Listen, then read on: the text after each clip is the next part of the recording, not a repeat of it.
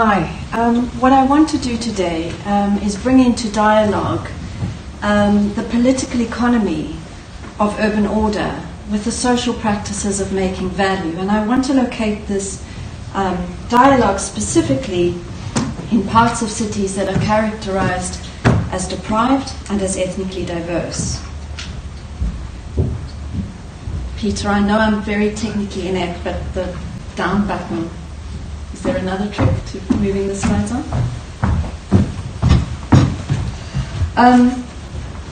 So for the past 10 years, my research has explored how global migration intersects with urban marginalization.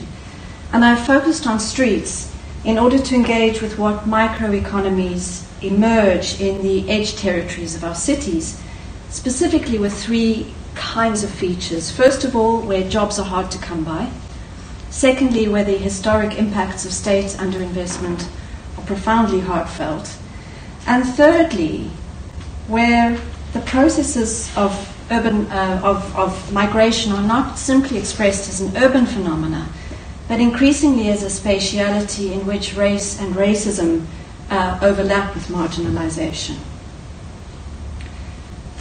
As you can see from our mapping of all the proprietors along the street in Narborough Road, in Leicester, and their countries of origin, the mapping really begins to speak to Doreen Massey's notion of a global sense of place, but more particularly to the idea that power geometries and differentiated mobilities come into play in the constitution of local edge territories in UK cities. So when I look at a map like this, I want to ask who is on the map and who is not on the map. Why is it that a certain configuration of people are emplaced in a certain part of a city where it is very hard to make work? And also really importantly in terms of agency, what kind of economic life is possible in that environment and that context?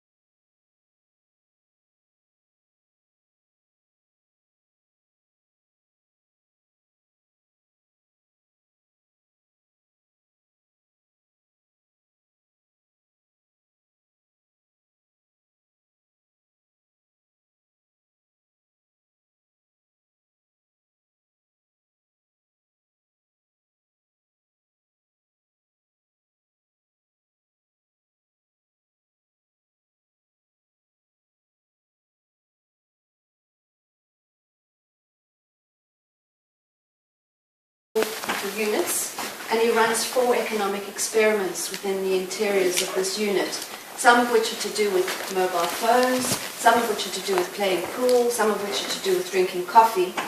And he's basically, because of the cheap rents and because these streets tend to fly below the radar of official scrutiny, he's able to run a number of experimentations, and the shop interiors will literally change from week to week depending on how the economy needs to adapt.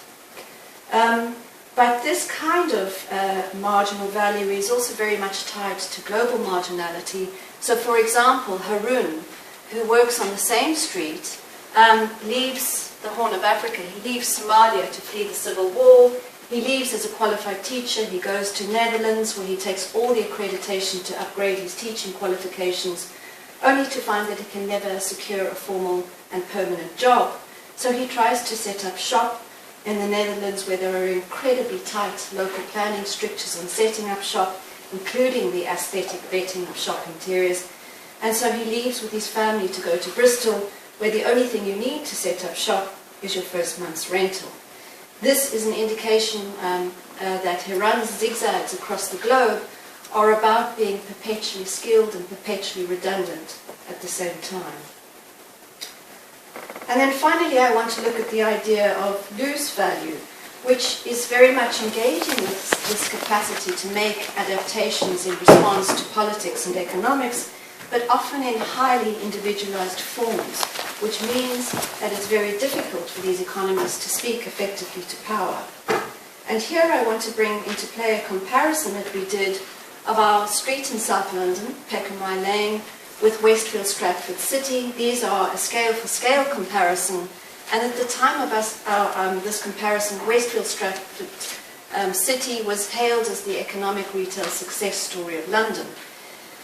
It delivered 300 retail units and 8,500 jobs, whereas the street delivered 2,100 businesses and approximately 13,000 employees, and those were the formal employees. This didn't bring into play the kinds of employees that were working in the market. Now, this is not to say that the street needs to supplant the shopping centre, but what's important here is to recognize the different configurations of power.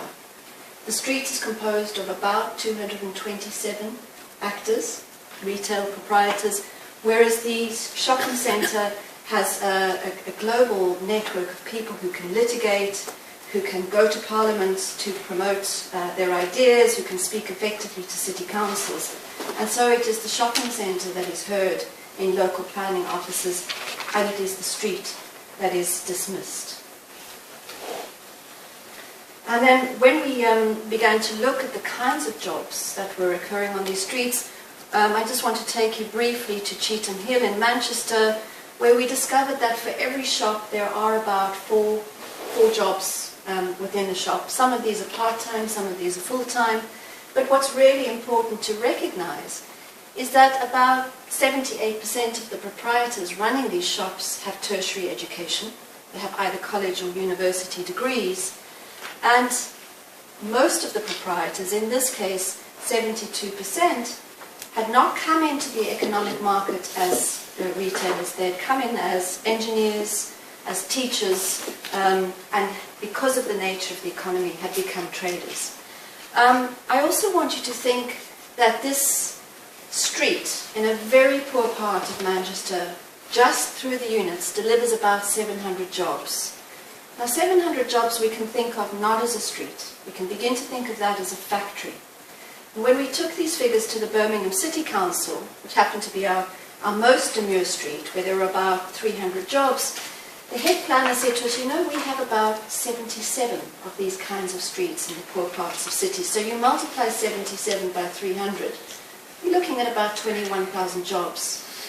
There is no corporation, neither Amazon nor Google, that can deliver 21,000 jobs in the poorest parts of cities.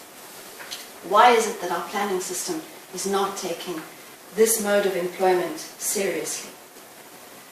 And I have to say that while most of our research has been about really digging down into the kinds of employment that surfaces on the streets, we've had very disgruntled and unaffirming conversations with planning officials. Until very recently, when we were employed together with We Made That to do a piece of research for the new London Mayor, Sadiq Khan, to try and find a way of articulating what the social value is of London's high streets, and particularly high streets in the poorest parts of the city.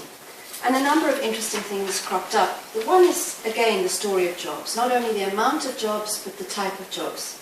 Now, I'm aware that there are all sorts of practices that are not beneficial in this sector, like the employment of family members and the exploitation of immigrants, but there are also the kinds of jobs where we heard the shop is where I got my first job as a student. It was where I got my Saturday job. We also heard from people who were single parents that it was an absolutely elemental part of being able to work in a shop on a Monday, Tuesday, Wednesday and do childcare on a Thursday, Friday. Also interestingly, proprietors report to an enormous amount of their labour as being social. So they deal with people's queries, they provide information, they also hold money for a number of vulnerable people who come to the shop on a regular basis. And equally interesting, we found that there's an extremely high proportion of adults who visit the high street who are out of work. Now this means they're either unemployed because they can't get work, or they're elderly, or they're doing labour that's not recognised as labour like childcare.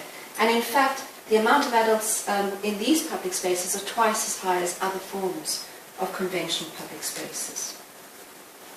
So what does this mean in terms of how we translate notions of order into value? And I think we have to work very hard as academics and as practitioners at reassigning value. It's an enormously difficult exercise, particularly in a country where a certain kind of capital and a certain kind of human being is measured as valuable.